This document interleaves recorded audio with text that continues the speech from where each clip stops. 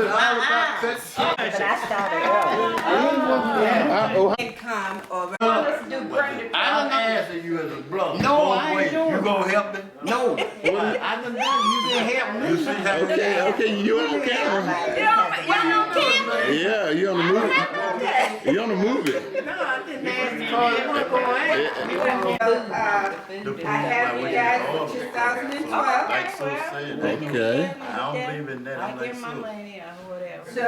So far I have Ann, Beth, Willie, and Gerald. Yes. Okay. And so make sure you bring your family members, Alfred, Okay. and we just need to have an idea how many. Well, I love you too, bro.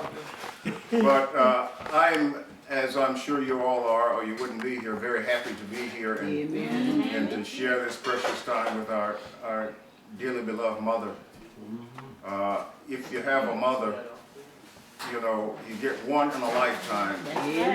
A stepmother, you know, you can love her and all like that, but you get one mother, and I've adopted Mother Johnson, and she's adopted me. And we're going to take care of her as long as she is here with us. So I just thank God for that. As a Johnson family and ancestors, we're just truly blessed with this family. Blessed to be a part of it, and blessed to be able to come and to participate. But let me just speak a little bit about thankfulness and blessings. As you, I don't think you know, but I'll share this with Evelyn's permission. I'm going to tell you a story. I have your permission. Now, let me tell you what prayer will do. And I'm not going to be too long, because I don't want, when we open it up to eat, I don't want people trampling me down dead on the feet. So I'm going to tell you a little story about prayer. Evelyn and Ken got married when they were in college. Evelyn is from the Philippines, as you may know, and she was attending a college in Dayton, and Ken was attending there as well, and that's how they met. Evelyn, while they were still in college, they got married, had a child. Evelyn went back to the Philippines, and that's what we all agreed, that she would go back and finish her school, and Ken would finish also. But they drifted apart. You know, there was no misdoings or anything like that, but being separated, they kind of drifted apart. And after a few years, they got divorced. Evelyn was always our daughter, the daughter that we never had, and she still is. So we prayed and prayed and prayed for a wife for Ken that would be pleasing to the Lord, and we didn't specify to the Lord who that would be. And both Evelyn and Ken had some boyfriend, girlfriends kind of things, but never got really serious, because the Lord wouldn't let them go that way. And we were at Evelyn's aunt, who is a baby deliverer doctor, whatever you call them, OYBGYN or whatever you call them, delivered our granddaughter. We saw our granddaughter, I guess the last time, about 3 months. She's about 3 months old, and then she went to the Philippines, and we never saw her again. We continued to pray and pray and pray and pray and pray. And then, there's a lot of little stories in between, but the thing is that after almost 14 years, our granddaughter shows up in California. And one day, after we had moved from Michigan, Ken got a job that May. We moved in February, and then when May came, he got a job at the same company that I left and retired from. We had continued to pray. Evelyn, in the meantime, show you how God worked. Somebody was working with her out in California that was from the same town we lived in, Grand Blanc. And so he had a telephone directory and found our name. And through our name, she was able to get Ken.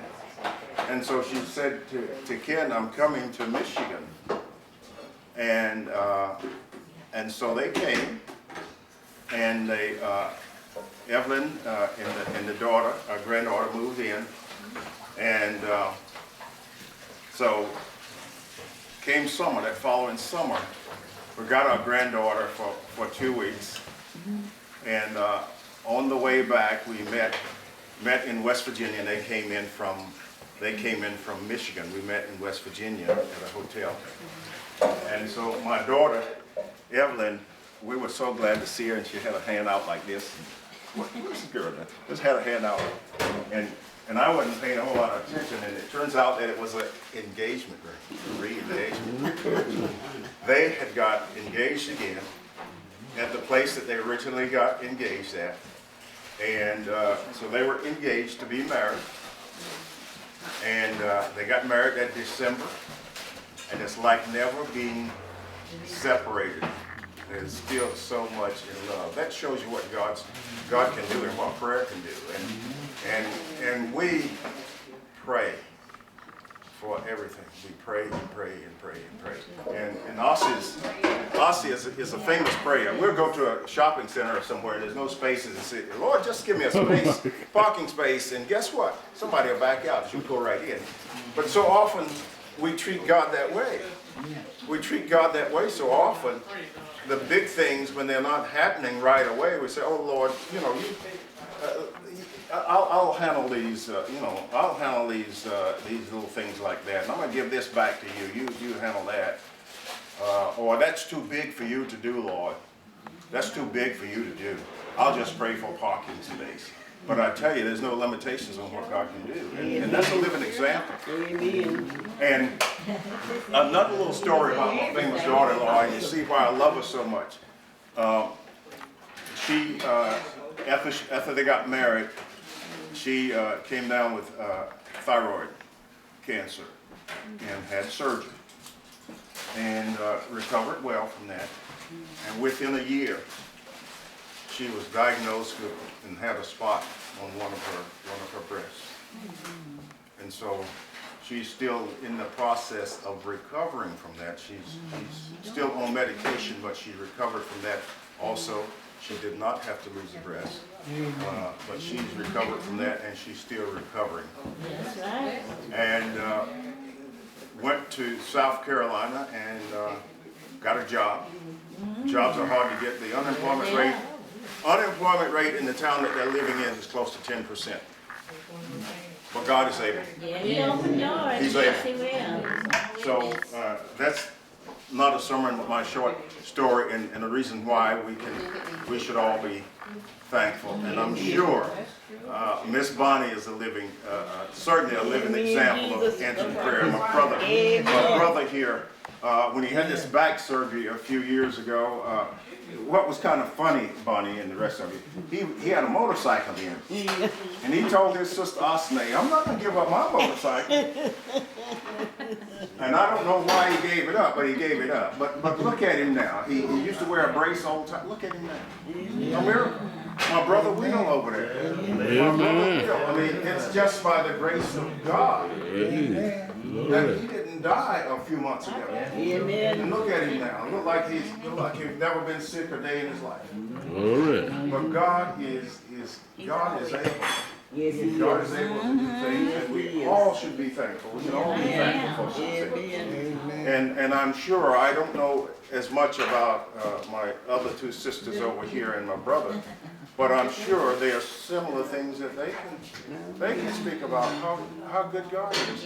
I know about you because when all of these people were getting laid off for jobs and laid off completely, God opened a way. You have to drive a little way to have a job, but you got a job. You got a job, and these factories shutting down all over the place, And you got a job. And people probably say, well, you drive all that for, well, yeah. Yeah. Yes. you know, so many times we forget. We forget. And my mother here is she's been such a blessing to all of us. To be so strong at over 90 years old and to live alone and before that taking care of my dad. And she's such a blessing. She's such a blessing to all of us. And Ken, he's a blessing. You know, he's one of those people that he get a job, stay with the company, and he's had 2 companies to close down on him. And he still has a job. That's right. He was very humbled by his last job. He left that job, and after he left it, they laid off. They had about 300 people. They laid off about 100 after he left the job. Then he was on unemployment, but not to be outdone. He was working on his doctor's degree, his PhD, and he was on unemployment, but they offered a job in welding. They offered a course in welding through the Unemployment Commission, and he went in and he took a job to learn how to be a welder. And he's not using it right now. He's using his skills from his college, but he was very, very humbled by that. And especially with her doctor bills. And you know, if you know anybody that had cancer, how expensive those medicines and doctor bills can be. But he never gave up. And your sister Ossie, you all know what happened to her. Amen. You know, she could have been dead with that aneurysm, but she's alive and well and all that. And we're just truly, truly blessed. And I just wanted to do something different. Thank you for calling on me. I just wanted to do something different and to remember some of the things that we can be thankful for. Because so many times we think they're not big deals, but they are. And thank you, Miss Bonnie, for reminding us that we still have a mother. And with that, I'm going to bless the food. Am I supposed to bless the food? That's gonna, somebody else can bless the food. Come on.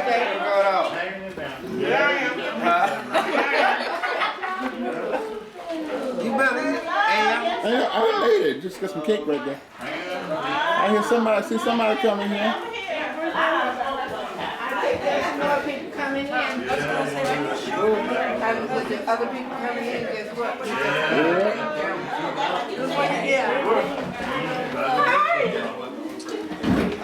How are you? Great grand. Paris. Glad to meet you. Great. Wow. You're great. Great. Oh, hey, boy. Just a boy? Yeah. How you doing? Wait a minute. Where'd you go? She went to Ashford. Yeah. She'll be back later. Barbara's supposed to be coming. I got to play. Y'all better go home. Everybody's running late. Okay. Oh, it's free, honey. I love you. I got a buddy with you. You got a big old wing. Yeah, I got a big wing. I will. She be doing that ring. That's how you don't need love. Put it here.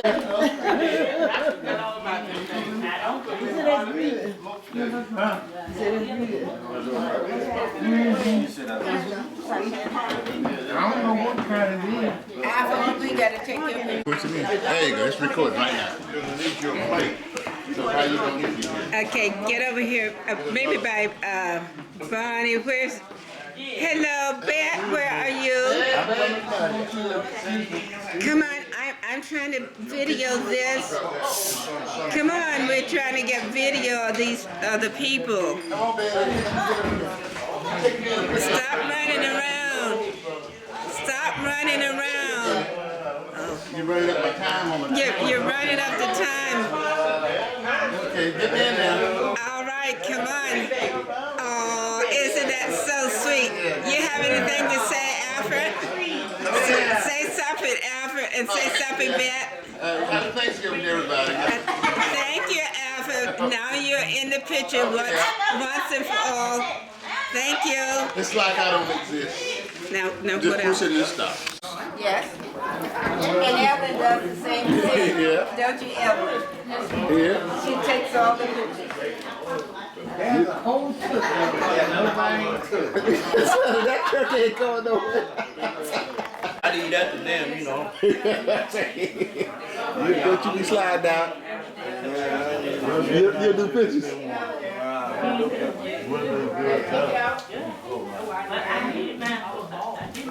So you didn't have to do. We knew, I mean, even when she had a surgery and all that, we planned all of it. We picked her surgical team. We didn't ask a lot of questions. If she didn't feel right, if there's something better, she would, you know, just stop picking. Well, I find something better. Right. One time she was, you know, I did put her when I was sitting, you know, next to her. She got the IVM. Mm-hmm.